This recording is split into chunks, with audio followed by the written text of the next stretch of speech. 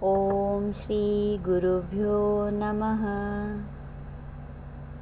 श्रीमद् भगवद गीता के श्लोकों के क्रम में आज का श्लोक लेते हैं 12वें अध्याय का दूसरा श्लोक। श्री भगवान उवाच मय्यावेश मनो ये मां नित्ययुक्ता उपासते श्रद्धया पर्योपेतास्ते मे युक्ततमां मतः।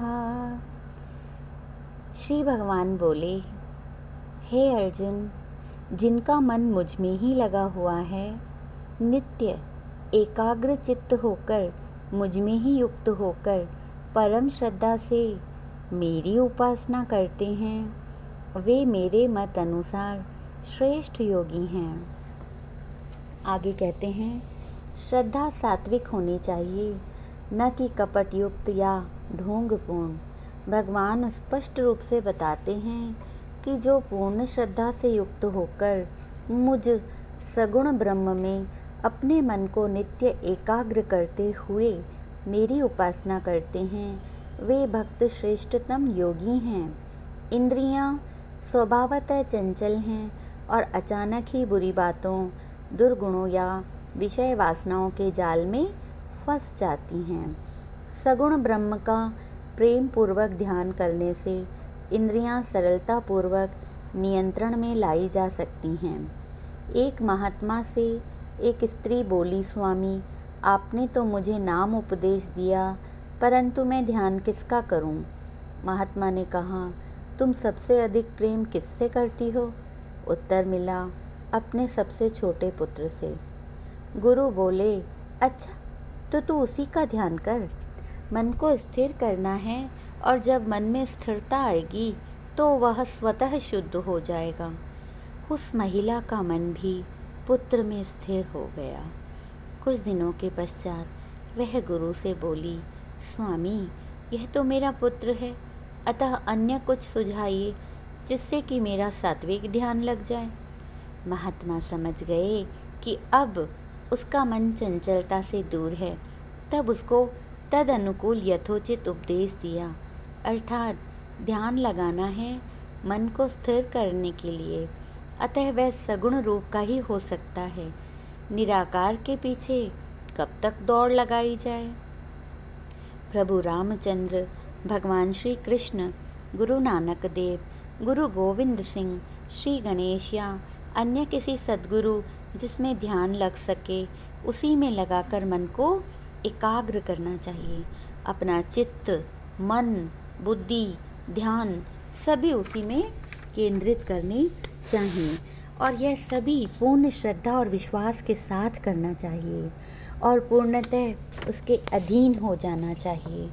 ध्यान करते समय जिसका ध्यान किया जाए उससे तद्रूप हो जाना चाहिए अथवा उसी में पूर्णतः लीन हो जाना चाहिए।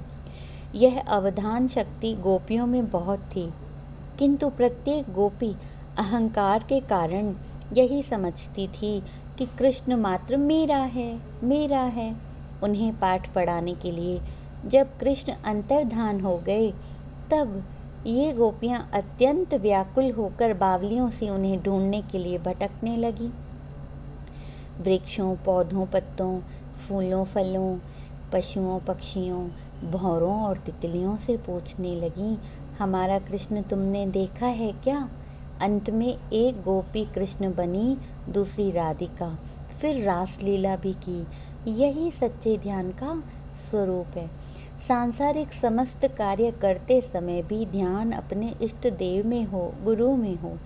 मीरा, कबीर, सूरदास, रविदास, तुलसीदास, नामदेव, मंसूर आदि सभी भक्तों में यही भावना तीव्र थी। गुरु नानक देव ने भी इसी का प्रचार प्रसार संसार में किया और यही ज्ञान का सागर संसार में प्रवाहित किया। परंतु आज जो हमारे पास सब कुछ नाम मात्र के लिए रह गया है, यह मानव जीवन तो आत्मोन्नति हेतु प्राप्त हुआ है, किंतु हम समझ बैठे हैं यह मिला है खाने को, पीने को और भोग विलास को। इस श्लोक में भगवान सच्ची और सरल भक्ति के स्वरूप का उल्लेख कर रहे हैं कि किंचित कष्ट और प्रयास से किस प्रकार परम पद प्राप्त किया जा सकता है। पाप कर्म करने से सुफल कैसे मिलेगा? आग में पांव धरा जाए तो क्या वह जलेगा नहीं? इसलिए इस मानव जीवन को सफल बनाने के लिए परमेश्वर की भक्ति, ध्यान, उपासना करना नितांत आवश्यक है। भगवान इस श्लोक में साकार रूप की उपासना की महिमा का वर्णन कर रहे हैं, क्योंकि वह सरल और शीघ्र फलदायिनी है। निराकार ब्रह्मोपासना अत्यंत उच्च पद पर पहुँचे हुए व्यक्तियों के लिए है, अन्यों के लिए मात्र आकाश कुसुम है। भक्त कबीर ने स्वयं यद्यपि निराकार ब्रह्म उपासक थे तो भी साकार रूप की भक्ति का उपदेश किया है। संग सखा सब तज गए, कोउ न निभ्यो साथ, कह नानक इस विपत्ति में टेक एक रघुनाथ। रघुनाथ तो भगवान राम का ही नाम है।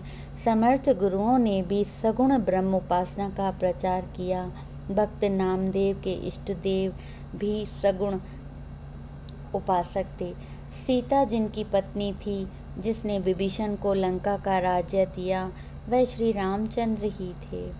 गोसाई तुलसीदास पूर्ण ज्ञानवान, उच्च कोटि के विद्वान, परम अवस्था को प्राप्त होते हुए भी सगुण ब्रह्म श्री रामचंद्र के उपासक थे। उनका रामचरितमानस नीति ज्ञान से इतना भरपूर है, बड़े बड़े विद्वान भी चकित हो जाते हैं। ओम शांति शांति शांति ही।